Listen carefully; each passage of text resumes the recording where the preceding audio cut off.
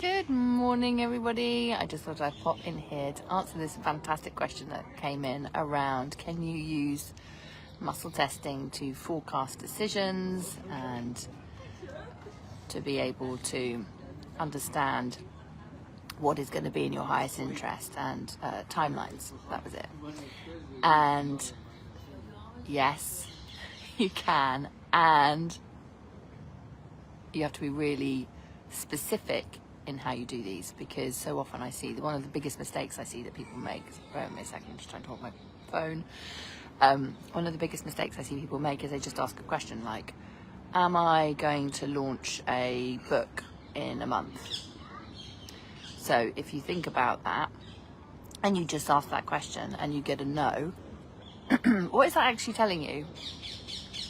It's not telling you whether you are going to launch a book in the month, and it's not telling you whether it's the wrong question to ask. Actually, it's not going to give you a clear reading. And what it's going to tell you is if you've got resistance to to doing that thing.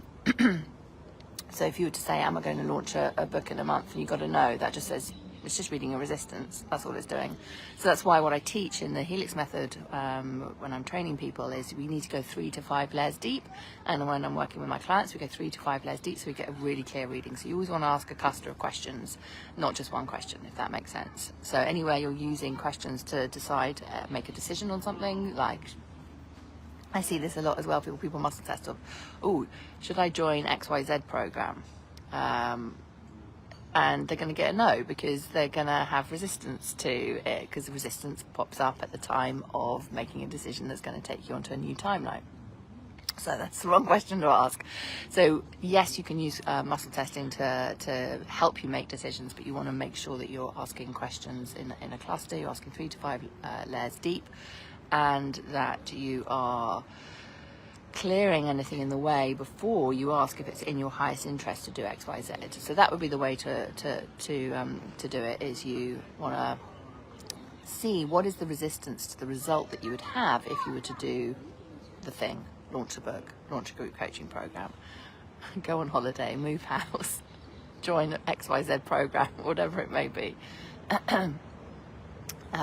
So you want to clear the resistance to the outcome that that's going to give you, because that is what your subconscious is like, I know if we take action on this and this is going to change, and that's not in alignment with my identity, and that's past my nervous system pinnacle, and I've got some energy reversals in relation to that, and actually my higher self has got another plan instead of this. And so your yes or no response is going to pick up all of that, unless you do it in the way that we teach within the Helix Method, which is asking in a cluster of questions, so that you get that really clear reading.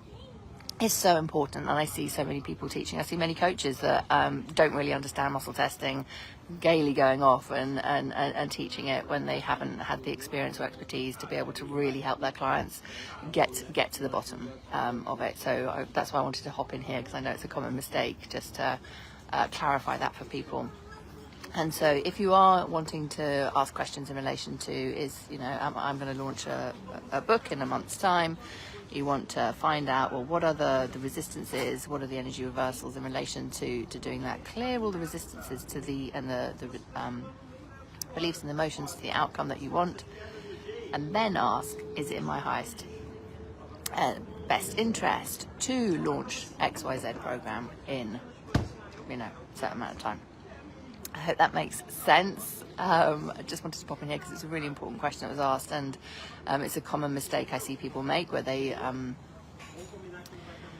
don't understand the nuances of muscle testing and energy reading, and that's why I work with people for a year and more, because there's so much you can do when you're working with people's consciousness. So this is really, really important. So that's why I wanted to pop in here to share that with you.